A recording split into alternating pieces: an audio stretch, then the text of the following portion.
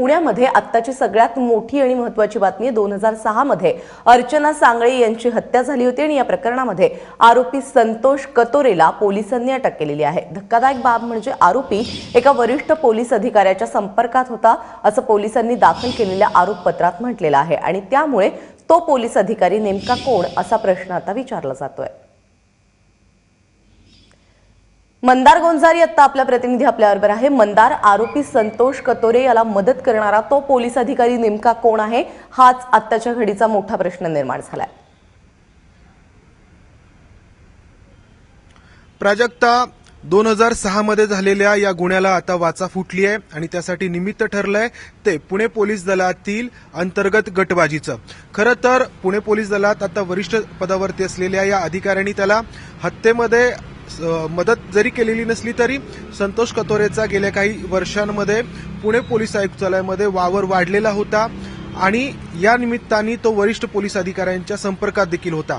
या सगळ्या प्रकाराला सुरुवात होते ती 2006च्या आधी, जेव्हा संतोष कतोरेची एका महिलेबरोबर ओळख झाली, अर्चना सांगळे, आणि दोघे एकत्र राहू लागले। मात्र त्यानंतर दोघांमध्ये वाद झाला आणि संतोष कतोरेंनी त्याच्या 2 मित्रांसह अर्चना सांगळेची हत्या करायचं ठरवलं। दोघे देवदर्शनाच्या निमित्ताने कोल्हापूरला गेले आणि तिथून परत येत असताना सांगली जिल्ह्यातील वाळवा तालुक्यातील मच्छिंद्रगड या ठिकाणी संतोष कतोरेंनी त्या महिलेचा गळा दाबून खून केला असं पोलिसांच्या तपासात आतापर्यंत निष्पन्न झालंय। खरं तर संतोष कतोरेवरती त्यावेळी देखील संशय व्यक्त करण्यात आलेला होता, त्यावेळी देखील त्याला संशयावरून पोलिसांनी अटक केलेली होती, मात्र पुरावे मिळाले नाहीत आणि संतोष कतोरे बाहेर आला। परंतु आश्चर्याची बाब म्हणजे त्यानंतर पोलिसांपासून दूर पळण्याऐवजी संतोष कतोरेंनी उलट पोलिसांबरोबरचे संबंध आणखी वाढवले।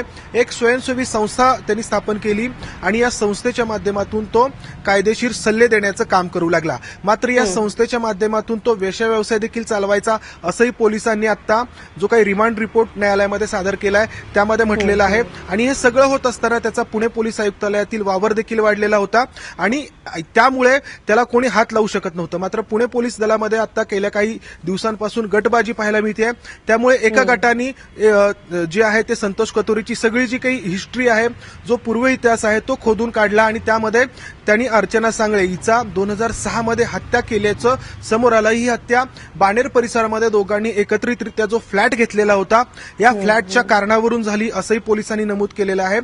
आणि एवढंच नाही तर हा जो वरिष्ठ पोलीस अधिकारी आहे हा याच्या संपर्कात आहे आणि त्यामुळे तपासात अडथळे येऊ शकतात असं लेखी स्वरूपात पुणे पोलिसांनी न्यायालयामध्ये दिलेलं आहे। याच्यामुळे पुणे पोलीस आयुक्तालयातील गटबाजी वरिष्ठ स्तरावरची जशी चव्हाट्यावरती येली आहे तशीच कारण काही असो 10 वर्षांनी का होईना एका खुनाला वाचा फुटली आहे। प्राजक्ता, मंदार सर, तुर्तास धन्यवाद या सगळ्या सविस्तर माहितीबद्दल आणि या सगळ्या संदर्भात पोलीस अधिकाऱ्यांचं काय म्हणणं आहे पाहूयात।